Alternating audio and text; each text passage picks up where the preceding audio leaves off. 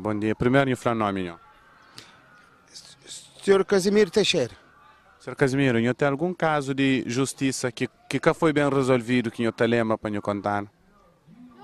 Ai não, eu como sou migrante, viajo muito, vou e venho, não tenho nenhum algo. O está a chamar a justiça tem na Cabo Verde?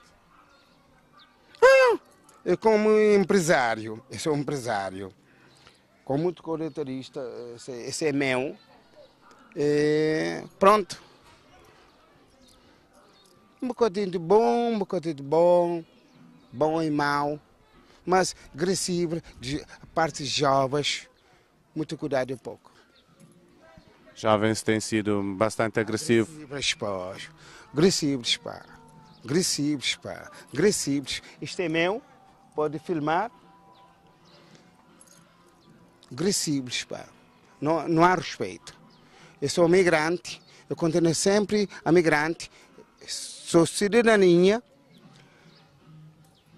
eu tenho orgulho de viver na Cabo Verde, mas estou um bocadinho pouco. Eu estou com um bocadinho de, sei lá, eu estou lá, eu estou aqui, eu estou lá, eu estou aqui, não sei, muito agressivo. Há problema de jovens, pá.